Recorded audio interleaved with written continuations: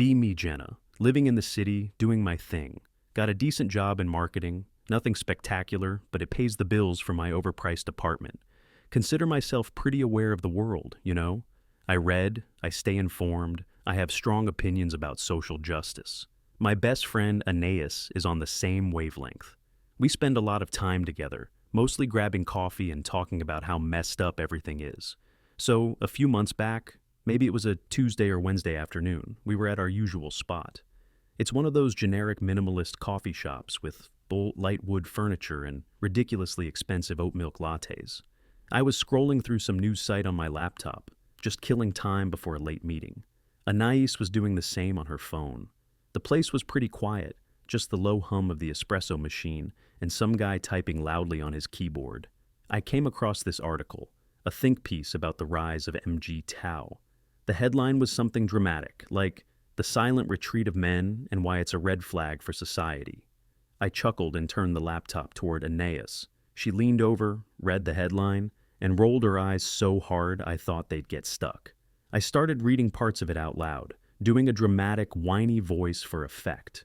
The article was talking about men who were supposedly going their own way, focusing on themselves instead of pursuing relationships. It tried to be balanced, talking about societal pressures, but it was easy to read between the lines. To us, it just sounded like a bunch of guys who couldn't handle rejection and decided to throw a collective tantrum. I read a quote from some guy in the article: "I'm investing in my own happiness now, not in a system that's rigged against me."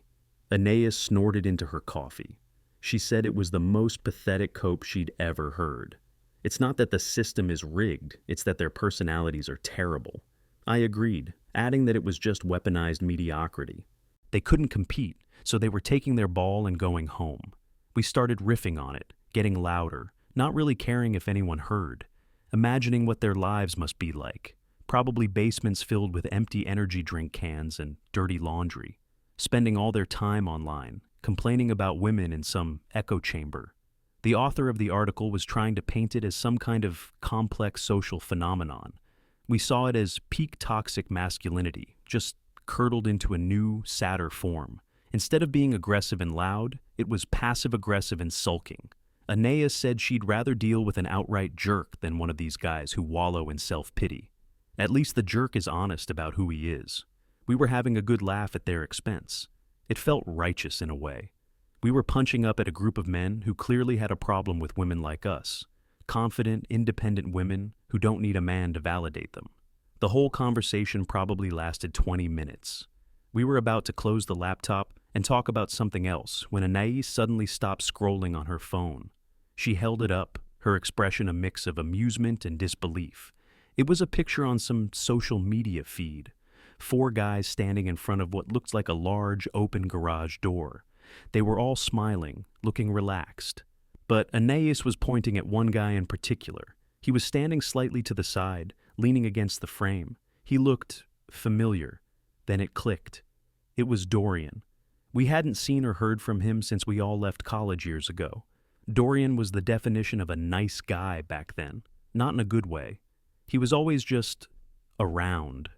Part of our wider social circle, but never really in the inner sanctum. He was the guy you'd call if you needed help moving a couch, or if your car battery died. Dependable, eager to please, and completely non-threatening. He'd linger after everyone else had left a party, trying to make conversation. He clearly had a crush on me for a while, then on Anais, but he never had the nerve to do anything about it. We just saw him as this harmless, slightly awkward satellite, a permanent resident of the friend zone. Looking at the picture, he was different. He wasn't the skinny, slightly hunched-over guy we remembered. His shoulders were broader, his posture was straight. He had a calm confidence in his eyes that was completely new. Aeneas zoomed in on the photo. The other guys looked formidable too.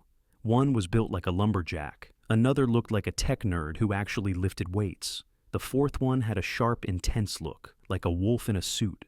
They all looked like they were in their early 30s, a few years older than us. The caption on the post was simple, something like, "Project HQ coming along nicely." It was posted by one of the other guys in the photo, David, the big one. I felt a strange jolt. Seeing Dorian, of all people, looking like that, it didn't compute. Aeneas, ever the pot stirrer, said the first thing that came to her mind. I bet he's one of them, one of those MGTOW guys. The idea was so absurd that I burst out laughing.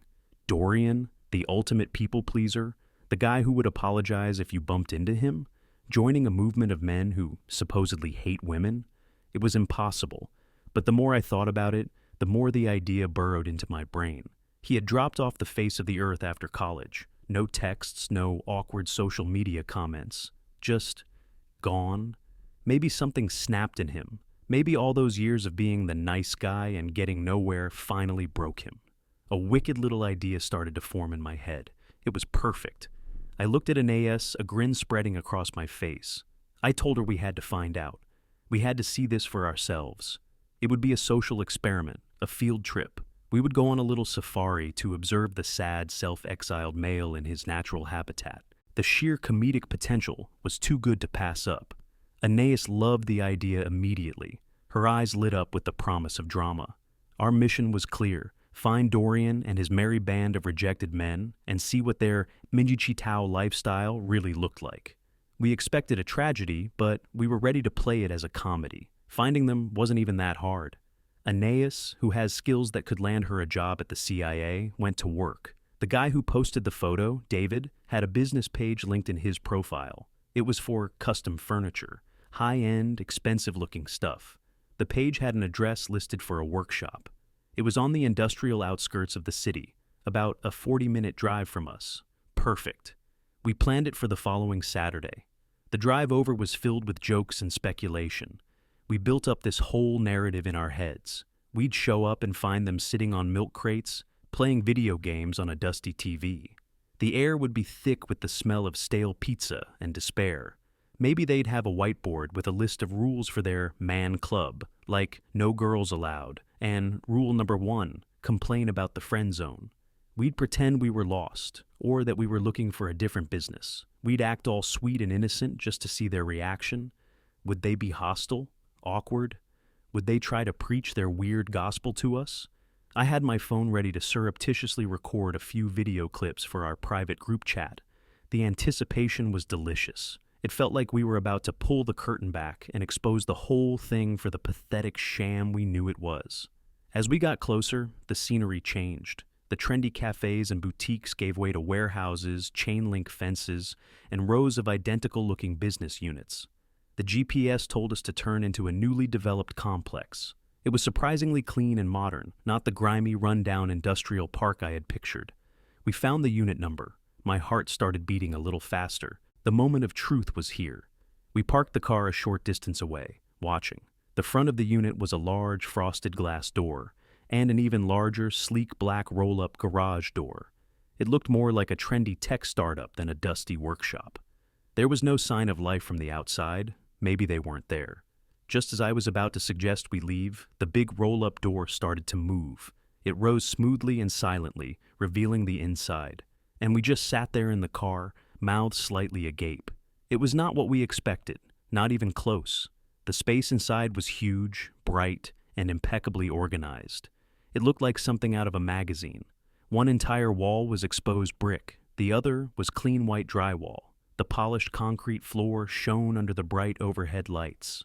The space was divided into distinct zones. On the left, there was a full-blown, professional-grade gym. A squat rack, dumbbells arranged in perfect order of weight. A heavy bag, a rowing machine. It was cleaner than most commercial gyms I'd been to. On the right was the workshop area, but it was pristine. A massive workbench stood in the center, and various high-tech saws and sanders were positioned neatly against the wall. There were no piles of sawdust, just a few wood shavings around the workbench. And in the back, there was a lounge area with a leather sofa, a large coffee table, and a massive wall-mounted screen displaying stock market charts. A sleek minimalist kitchen was tucked into one corner. This wasn't a sad man cave. This was a headquarters, a command center. And then we saw them. The 4 of them were there, each engrossed in his own task.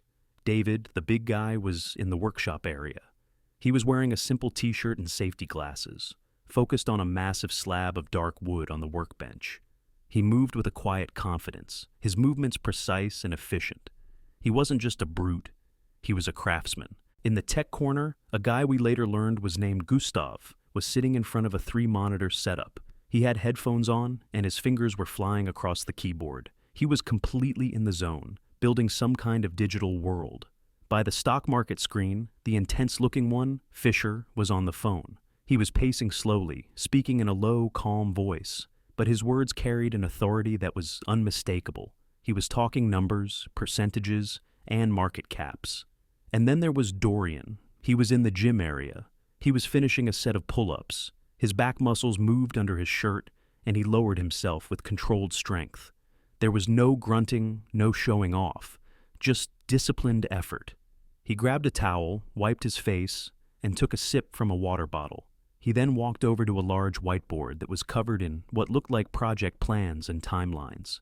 He picked up a marker and added a note, his expression focused and serious. Aeneas and I looked at each other. The entire comedic narrative we had constructed on the drive over evaporated in an instant. This was not funny. This was intimidating. We were the ones who felt out of place. 2 girls in a Prius about to interrupt a group of men who were clearly building an empire. Aeneas wanted to leave. She whispered that this was a bad idea, but my pride wouldn't let me back down. I had to see this through. I had to understand what was going on. I got out of the car, smoothed down my dress, and told Aeneas to come on. We walked towards the open door, the sound of our footsteps echoing slightly in the quiet complex. As we reached the entrance, Dorian turned from the whiteboard. His eyes met mine. There was a flicker of recognition, but nothing else. No surprise, no awkwardness, no hint of the eager-to-please guy from college. He just looked at us, his expression neutral, waiting. I was the one who felt awkward. I opened my mouth, the sarcastic, "Are we interrupting your secret man meeting?" dying on my lips. Instead, I just said his name. "Dorian?" He nodded slowly. "Jenna, Aeneas, it's been a long time." His voice was deeper than I remembered, calmer. The other guys had noticed us by now. David turned off his sander, the sudden silence making the space feel even larger. Gustav took off his headphones. Fisher ended his call with a polite but firm, "I'll call you back." 4 pairs of eyes were on us. They weren't hostile. They weren't welcoming. They were just observing, analyzing. It was the most unnerving feeling. I felt like I was being scanned for a purpose, and I didn't have one. Aeneas was hiding behind me, completely silent. I had to say something. I fell back on our pre-planned excuse. We were just in the area, and we saw the open door. We thought this was a different place. It sounded so lame, even to my own ears. Dorian didn't even bother to call out the lie. He just gestured vaguely to the space. "This is our workshop." A simple statement of fact. I pushed forward, trying to regain some of the smug confidence I'd felt in the coffee shop. "Wow, this is quite the setup you've got here. A gym, a workshop. What exactly is this place?" It was David who answered, his voice a low rumble. "It's where we work." Aeneas, finding a sliver of courage, piped up with one of our rehearsed lines. "So, this is what you guys do all day? Just hang out and lift weights and play with wood?" The condescension in her tone was obvious. Fisher, the intense one, stepped forward slightly. He didn't smile. Gustav's app is projected to hit a 7-figure valuation by the end of the year. David's custom furniture has a 6-month waiting list, with clients from all over the country. I manage a portfolio of our collective investments that has outperformed the S&P 500 for the last 3 years. And Dorian oversees the logistics of it all. He paused, letting the information sink in. "So, no, we don't just hang out?" The air was thick with our humiliation. Every word he said was a direct refutation of the narrative we had so gleefully constructed. These weren't failed men hiding from the world. These were successful men who had built their own world. I felt a desperate need to find a crack in their armor, to find the bitterness, the resentment that had to be there. This whole thing had to be a response to women, to us. I looked directly at Dorian, making it personal. "So, this is it then? This is your grand statement? Build a fortress and prove you don't need women?" I wanted to provoke him, to see the hurt, angry guy I knew was buried under that calm exterior. I wanted him to lash out, to complain about how unfair dating was, to confirm our theories. But he didn't. He just looked at me with an expression that was almost pity. It was the last thing I expected. and it was the most infuriating. "This has nothing to do with proving anything to anyone, Jenna," he said, his voice even. "We're not building a fortress against women. We're building a foundation for ourselves." He gestured around the workshop again. We realized we were spending all our energy trying to play a game we couldn't win. A game where the rules were always changing and the finish line kept moving. He looked from me to Anais. We were chasing things we were told we should want, a certain kind of approval, a specific type of relationship, a life that fit a pre-written script, and it was making us miserable, weak, and broke. So we quit the game, he continued. We decided to create our own, with our own rules, our own goals, and our own definitions of success. He let that hang in the air for a moment. This isn't about bitterness, it's about freedom. It's about building tangible value in our skills, in our finances, in our friendships. His words hit me like a physical blow, because in that moment, I saw the stark contrast between their lives and mine. They were building assets, skills, and wealth. I was building a social media presence and a collection of witty complaints about the patriarchy. They were calm, focused, and purposeful. I was anxious, distracted, and constantly seeking validation from the very system I claimed to despise. The final crushing blow was their indifference. After Dorian finished speaking, they just went back to what they were doing. David turned his sander back on. Gustav put his headphones on. Fisher picked up his phone. Dorian gave us a final, polite nod and turned back to his whiteboard. The conversation was over. We were dismissed. Not with anger or yelling, but with the quiet, devastating message that we were irrelevant to their world. We weren't even important enough to be enemies. We were just a minor, momentary distraction. Anais and I just stood there for a few seconds in stunned silence. Then we turned and walked out. The drive back was completely silent. The smug jokes and laughter were gone, replaced by a heavy, uncomfortable quiet. The safari was a catastrophic failure. We hadn't found what we were looking for. We had found the exact opposite. And in doing so, we had found something deeply unsettling about ourselves. The silence in the car was a physical thing. It was so heavy I felt like I couldn't breathe properly. All our smug energy, all our righteous certainty, had been sucked out of us and left a vacuum. We drove for maybe 15 minutes before Anais finally spoke. Her voice was small, hesitant. She tried to rationalize it, to put what we saw back into a box we could understand. She said it was probably all a front, that it was all for show, a desperate attempt to look successful because they were so empty inside. She theorized that it was all funded by family money, that they were just playing at being productive, like rich kids with a trust fund, anything to make it less real, anything to make them pathetic again. I didn't say anything. I just kept driving, my knuckles white on the steering wheel, because I didn't believe her. And I think she knew it. You can't fake the kind of quiet focus they had. You can't fake the calluses on a man's hands or the look of intense concentration of someone deep in their work. There was no performance. In fact, the most devastating part was that they didn't seem to care if we were there or not.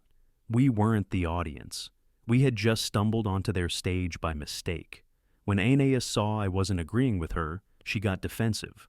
Her tone shifted from rationalization to anger. She started talking about how arrogant they were, how their little speech about quitting the game was just sour grapes. She said Dorian was clearly still bitter about being rejected all those years ago, that this whole elaborate setup was just the world's most over-the-top revenge fantasy. I still didn't respond. I dropped her off at her apartment with a quiet, "See you later," and drove home. My own apartment, which I usually saw as my stylish, independent sanctuary, suddenly felt different. It felt flimsy, temporary. It was filled with things I'd bought to create an image. The trendy art prints on the wall, the expensive throw pillows, the bookshelf filled with books I'd only half read, but looked good as a backdrop for video calls. It was all decoration. It was a stage set for a life I was pretending to have. I thought about their workshop.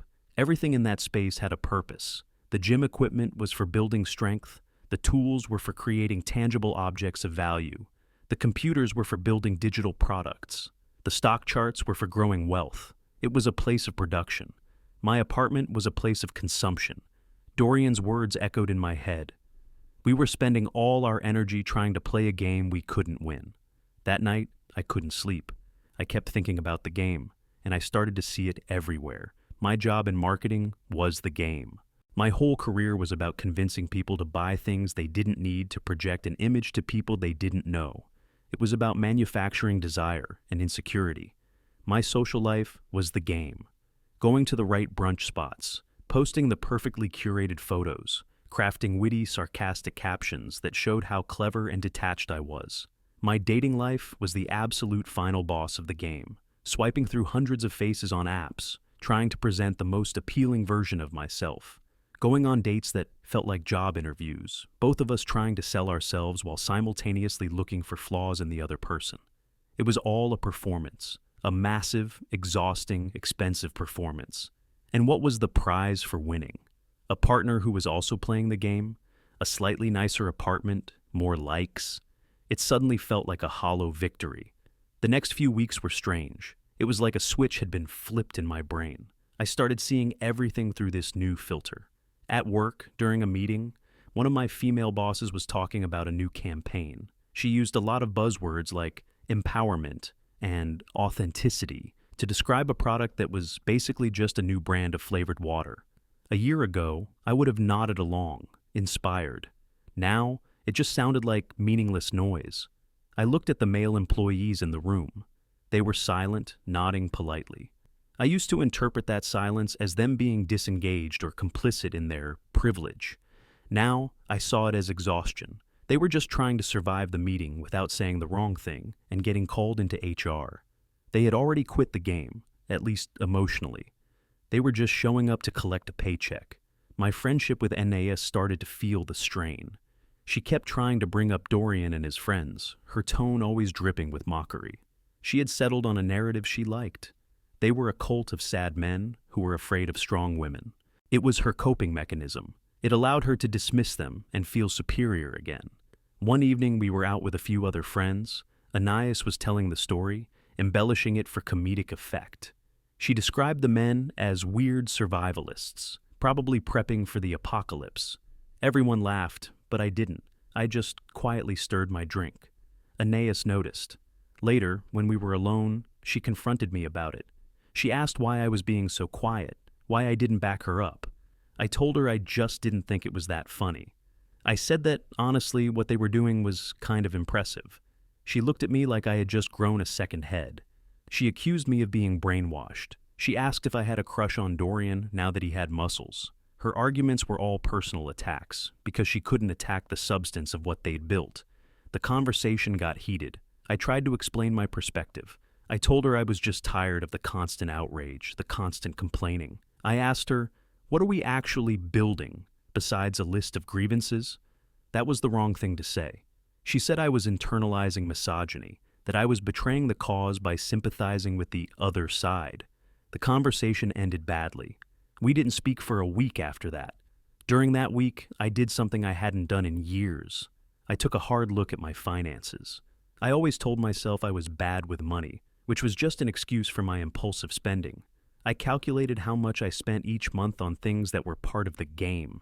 The coffees, the brunches, the trendy clothes I wore once, the subscription boxes, the ride-sharing services because I was too impatient for public transit.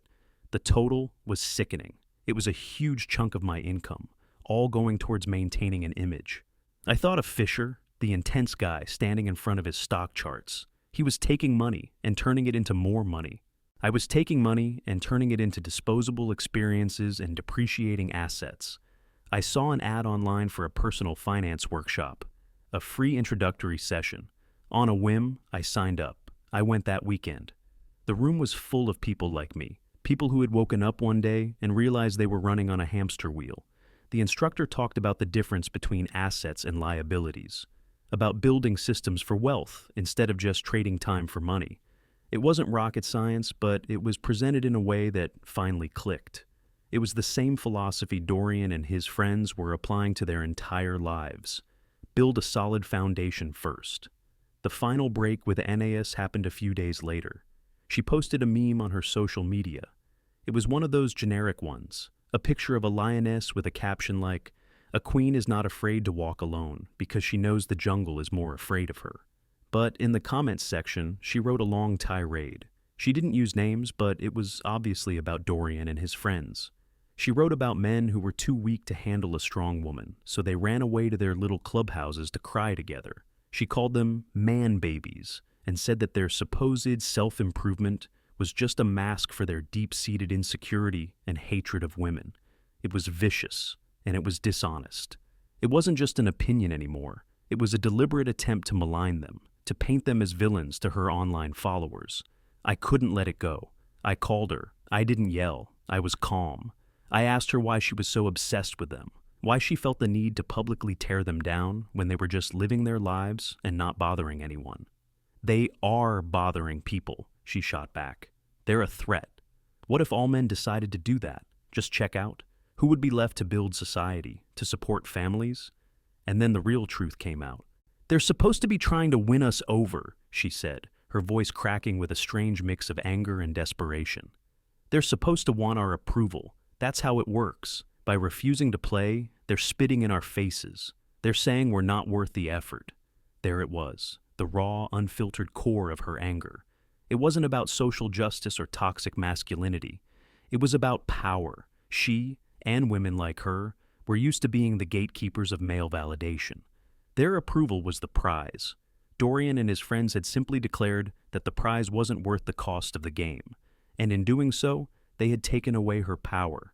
Their success, their happiness, their peace, all achieved without her permission, was an existential threat to her worldview.